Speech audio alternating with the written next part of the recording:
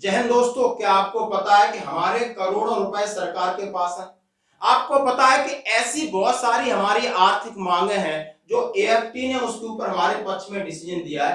फिर ये मूव करके सुप्रीम कोर्ट में भी गया है, उसने भी हमारे पक्ष में डिसीजन दिया है और फिर भी सरकार के आदेश, फिर भी सुप्रीम कोर्ट के आदेश के बाद एमओडी गवर्नमेंट ऑफ इंडिया जो सरकार है वो दबा के बैठी है, हमें वो न्याय नहीं दे रही है, क्योंकि उस न्याय के साथ उन्हें करोड़ों रुपए जेसू जवानों को देना है और इसके लिए जरूरी है कि उसके ऊपर किसी न किसी प्रकार का प्रेशर या दबाव बना जाए या इस केस को बराबर सुप्रीम कोर्ट की तरफ से आगे उठाया जाए। दोस्तों, सवेरे एक संगठन की बात हुई थी और ऐसे संगठन आपको इस तरह के न्याय दिलाएंगे। जरा हम बोर्ड पर समझते हैं ऐसे कौन कौन से डिसीजन है जिनके फेवर में सारी चीज आ चुकी है। जैसे मैं आपको एग्जांपल देता हूं, नेशनल इंक्रीमेंट हो, ऑनरी नायब सुधार हो और 20% पेंशन बढ़ोतरी हो।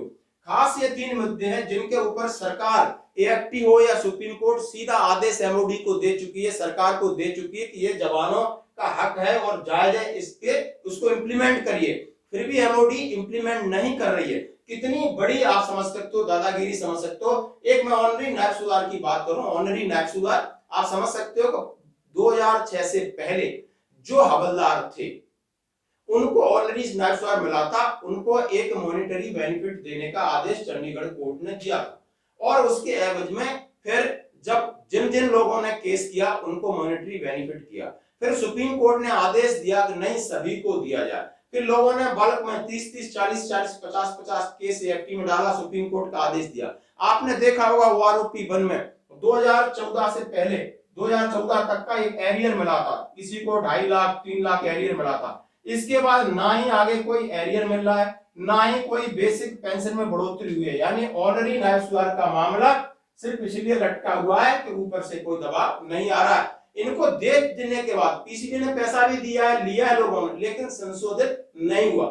जिसे हम सभी जानते हैं, एक ऑनरी नायब सुधार, एक एमएससीपी नायब सुधार और नायब सुधार। ऑनरी नायब सुधार का पे स्केल कम है, एमएससीपी और जो एक्टिव नायब सुधार उनका बराबर रखा गया है। इनका पेंशन संशोधन नहीं हो रहा है। जो प्री 2006 रिटायरी हैं उनकी बात कर रहा हूं। अभी मैं बात करता हूं 20% पेंशन बढ़ोतरी। हाँ जी दोस्तों, 20% पेंशन बढ़ोतरी जब लगाया, जैसे कि आप 80 साल में प्रवेश हो जाते हैं, यानी 79 ईयर्स खत्म करके एक दिन, तो उस दिन से आपको लागू हो जाती है आपकी बेसिक पेंशन में 20% की बढ़ोतरी। ये मामला कितने बार आप समझ सकते हो, ये मामला ये एएफटी से निकल जाता है, हाई कोर्ट में जाता है, सुप्रीम कोर्ट में जाता है और इसका सीधा आदेश है कि इनको पेड किया जाए। लेकिन एमओडी मान के बैठी कि 80 साल शुरू नहीं, 80 साल खत्म होने के बाद। इसके ऊपर तमाम वर्डिक्ट है जो कि आज भी मैं आपके सामने एक 6 पेज का एक वर्डिक्ट है एएफटी का, ये शेयर कर रहा हूं। इसमें सीधा सीधा लिखा है नहीं, 80 साल से शुरू, यानी 80 साल में प्रवेश कर गया है तो उसकी बेसिक पेंशन में 20% की बढ़ोतरी के हिसाब से उसको पेंशन पेड की जाएगी, उसका डीए भी उसके साथ होगा। लेकिन फिर भी एमओडी में ये मामला लटका हुआ है। फाइनेंस मिनिस्टर घुमा रहे हैं, ये 4-4, 2-2, 3-3 साल हो गए ऐसे मामले। ये मामला तो बहुत दिनों का, 10 साल से भी ज्यादा इस मामले को होने वाले हैं दोस्तों।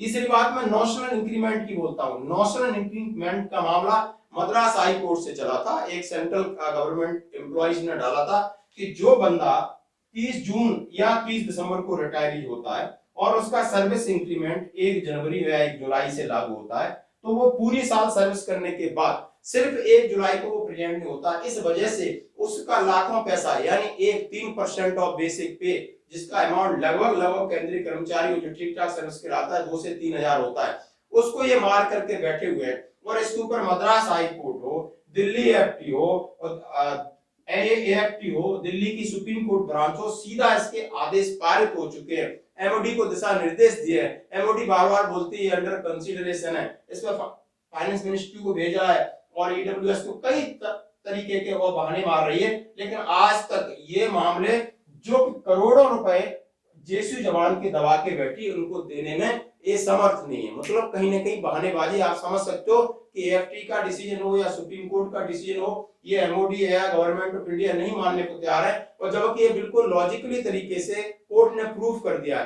तो इन सब चीजों के लिए हमें रोड पे आने के लिए एक संगठित और संगठन ऑल इंडिया फ्रंट होना चाहिए जिसमें सारे जेसू जवान जुड़े। सवेरे भी आह्वान हुआ था और मैं दोपहर से भी यही बात आपके लिए कह रहा हूं, ये बहुत जरूरी है।